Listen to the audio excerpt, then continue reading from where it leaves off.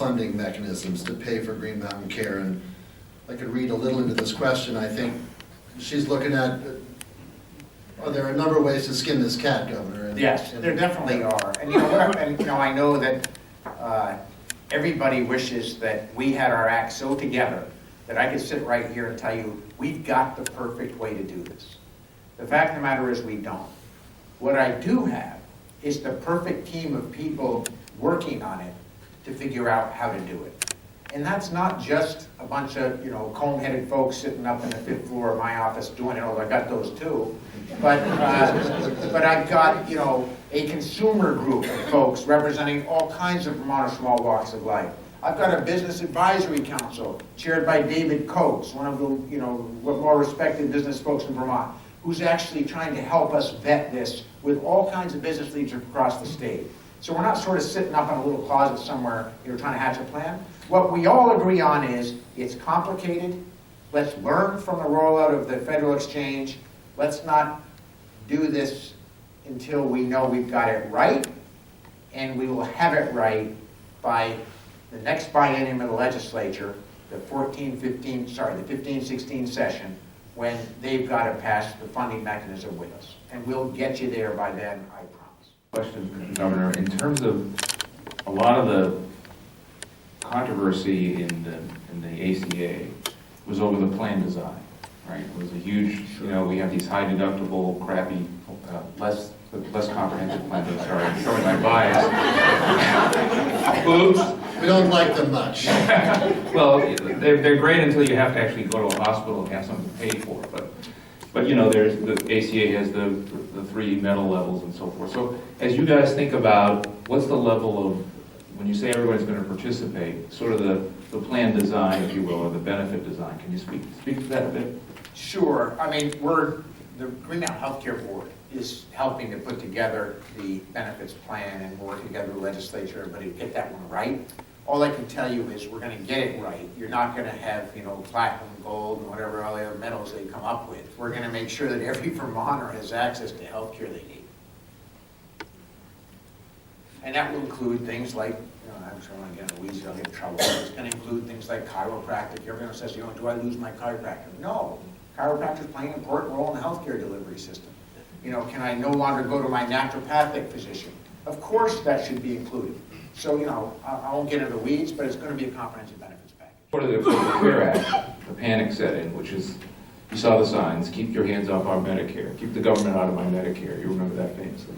So help me understand how your vision of Green Mountain Care affects people on Medicare. Well, there's so many reasons I think that's going to improve our quality of life, but let's just look at the big challenge we have. If you have no insurance, or you can't afford health care, what do? You don't go. You don't show up until you're really, really sick. So we all know folks who've been through this in America and in Vermont. My view is that if we can get rid of our challenge of uninsured by having health care as a right of residency of the state of Vermont, you will be able to get everybody in to a preventative health care program instead of the current system, which I call the catastrophic health care program. I mean, it's really true. If you don't have insurance, you don't have access, you don't get treatment until it's catastrophic. Second, I think this small little state, Rob, and it's going to be the small states that reform healthcare, and it's going to be the bigger states that then follow. We have some advantages, frankly, because we have no for-profit hospitals. We don't have a lot of competition, which is a challenge you have in some bigger cities. And you have healthcare providers in Vermont who actually want to make people better, and that's why they got into this. A disproportionate share of our providers actually want to do healthcare. They don't want insurance companies telling them what to do and what not to do. They don't want middle folks, often who have no medical degrees, by the way, telling them how to treat folks. I mean, most Vermont providers will show you up at your doorstep to make you better. So we have an incredible community of docs, providers, hospitals, nurses, folks who will go the mile because they care. And the third piece is, the way we pay for healthcare right now makes as little sense as the way we reimburse for healthcare. and I'm just going to use myself as an example. I am, I think, the highest paid state employee in the state of Vermont.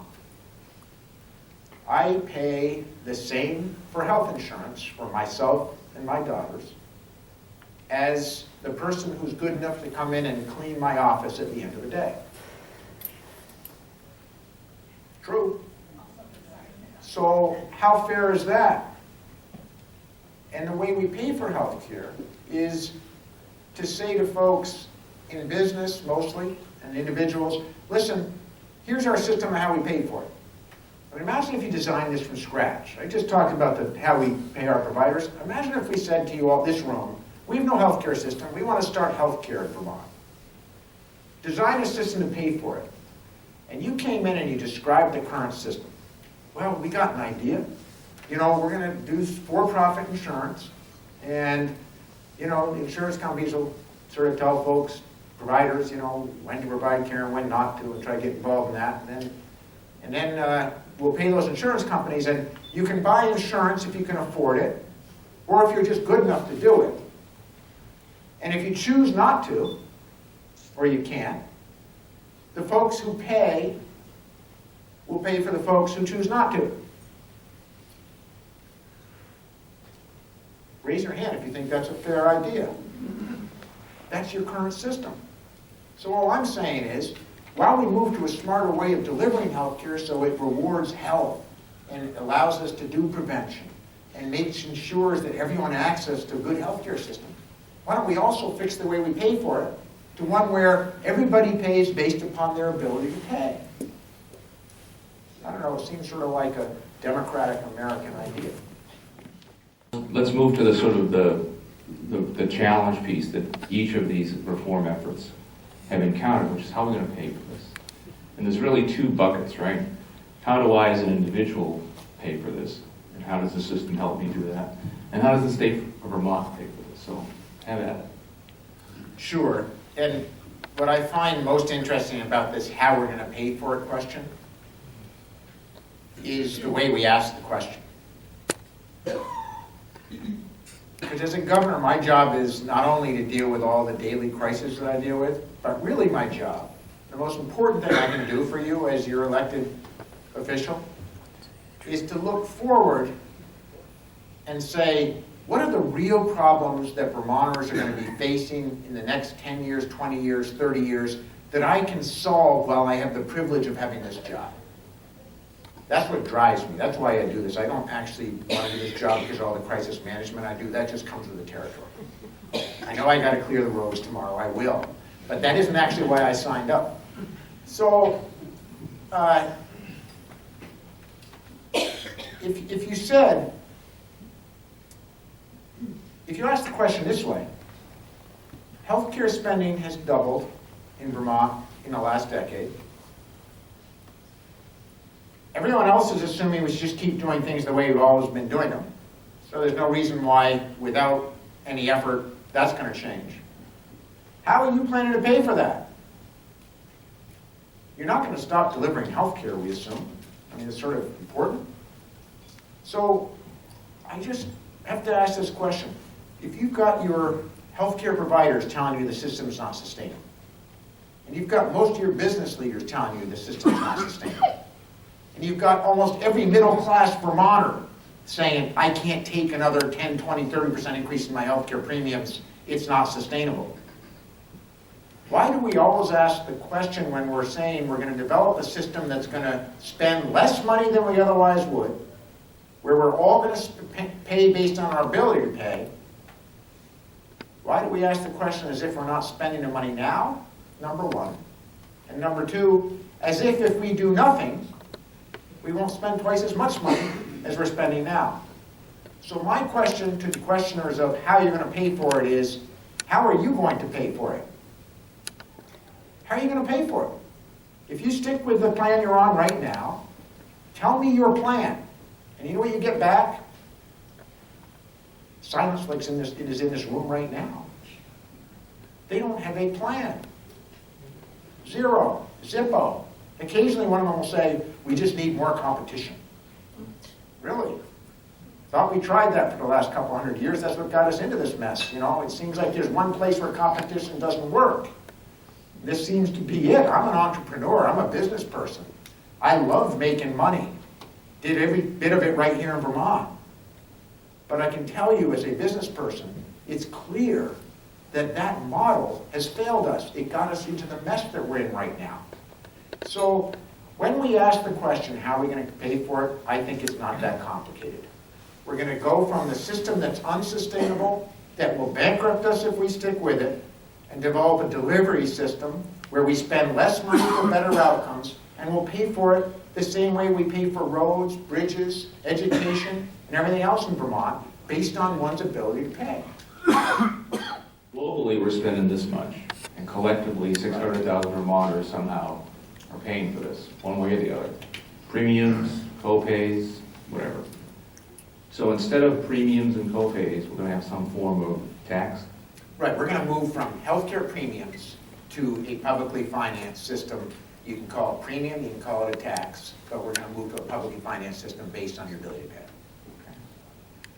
And we're trying to set up a system where really you pay based on your ability to pay. For example, if you right now have someone who has a fair amount of wealth, but doesn't go to work every day, you're not paying a payroll tax.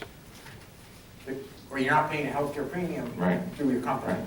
So what we want to make sure is to design a system, there's no secrets here, but design a system where everybody pays based on their ability to pay, and there won't be one single solution as the way we raise the money.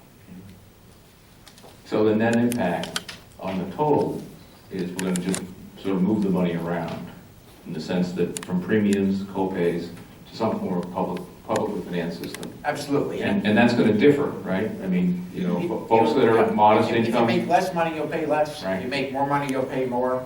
And frankly, it's the way we do education in Vermont.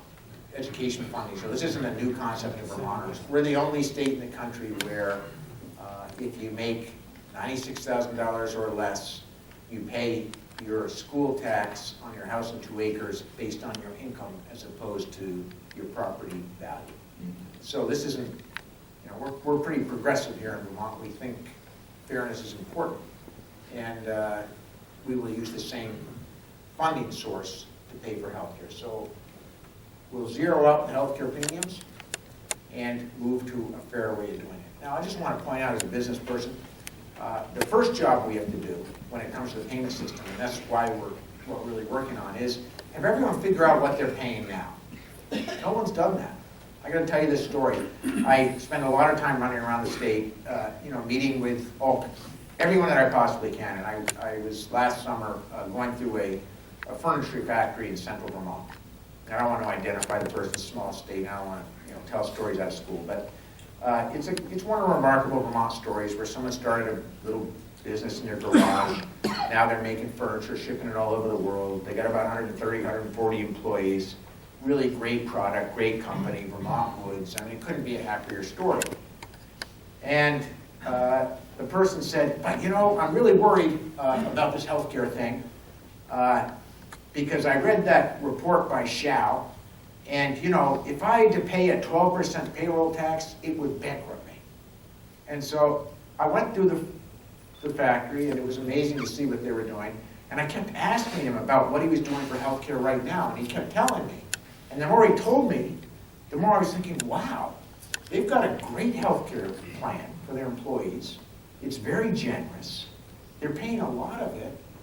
And I got to find out who his insurer is because I got to call up my brother and tell him we got the wrong one.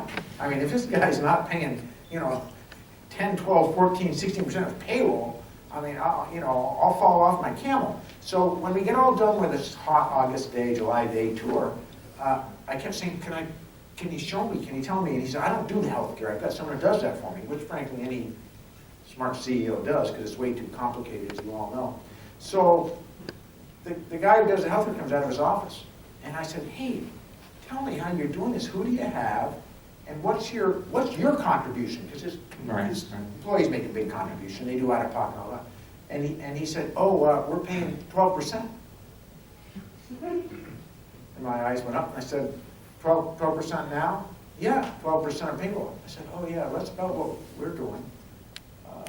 And the boss goes, we're not paying 12%. He goes, yeah, we've been paying 12% for the last 2 years. All I'm saying is, we have such a convoluted payment plan right now that most people in Vermont couldn't tell you how they pay for it now or what they're paying. And the first thing we got to do is all sit down and figure that out. How much do you pay out of pocket? How much do you pay as your percentage of the contribution from your paycheck? How much does your employer pay?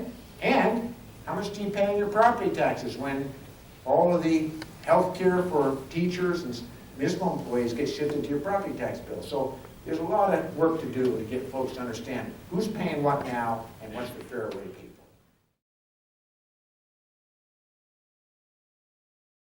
it. And if I mispronounce your name because of the handwritten notes, so please pardon me, but I think this is Diane Barkley from Shrewsbury. Governor, she wants to know what percentage of health care is being spent on administration and bureaucracy, and what percent is being spent on care? And I don't think she's maybe looking for exact numbers, but if you could address that issue for Diane, that'd be great. I mean, if you compare us to the rest of, not just for, I don't know Vermont's numbers, but if you compare America to the rest of the world, we spend more on bureaucracy and, frankly, duplication of service than anyone that we compete with for jobs in the world. Rob, anything you want to add to that? The data was about 30%. 30% of the healthcare dollar was on some form of administration, billing, so forth. And just for those of you that want to be reassured, Medicare spends about 2% on administration.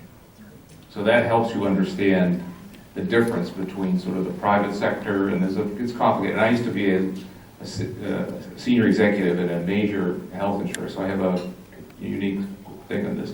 But about 30% on administration. And that's why the ACA now says that your premium dollar, 85% of your premium dollar has to go to medical care. It cannot be on CEO salaries administration. So that's one of the reforms. Governor, this comes from Greg Leroy from Heinsberg. And given the recently published economic analysis of funding requirements for Vermont's single-payer system, how does the governor propose meeting these needs without substantial tax increases? I don't. I mean, when I'm talking about, first of all, let's be clear. I've said a million times, we will not push send on this system of public financing unless we can find a way to deliver health care for less money than we otherwise would have spent. So we're talking about spending less money than we otherwise would have spent in a fairer way of paying for it. Now, if we can't figure this one out, we would be abysmal failures and we'd quit. Then my question is, okay, what do we do now? But my point is, we can get this, we will get this right, and when we ask that question, we're talking about every study has indicated that when you implement our plan, you will spend less money than you otherwise would have. Thank you. Quality health care or quality care decisions be made? By your provider, which is the way it should be.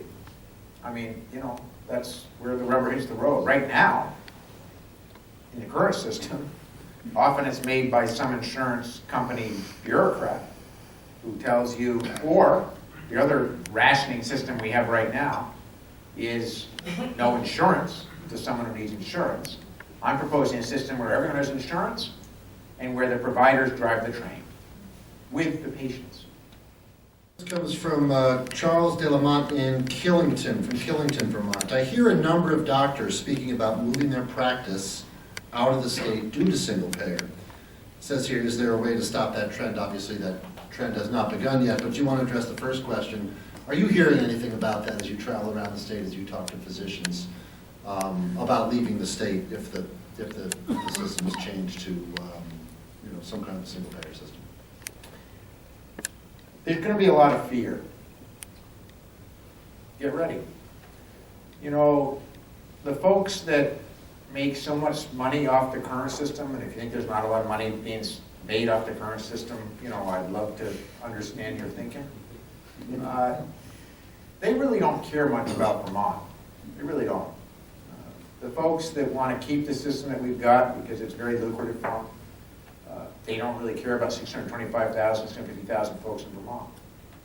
What they're afraid of is that if the pony gets out of the shed here in the state of Vermont, that the stallion might get out of the barn in the bigger states. And let's be honest about this. So when you hear things like, I've heard that doctors are going to move out of Vermont, listen, doctors in Vermont and nurses and providers, they want to make you better. They're working in a system now where they sometimes can't. So why would any provider leave Vermont if they can continue to make a good living here? We're not going after their money. If they can actually make you healthy again, which is what they were actually trained to do, and if they can have less bureaucracy, less red tape, and less folks in the back office having to bill. Why would they leave? Now, all I can tell you is that when I go outside of Vermont, I talk to lots of young people being trained in healthcare who say to me, Governor, if you can get that done, I want to practice in your state. Because I'm actually going to medical school or nursing school or chiropractic school because I have a drive to actually make people better.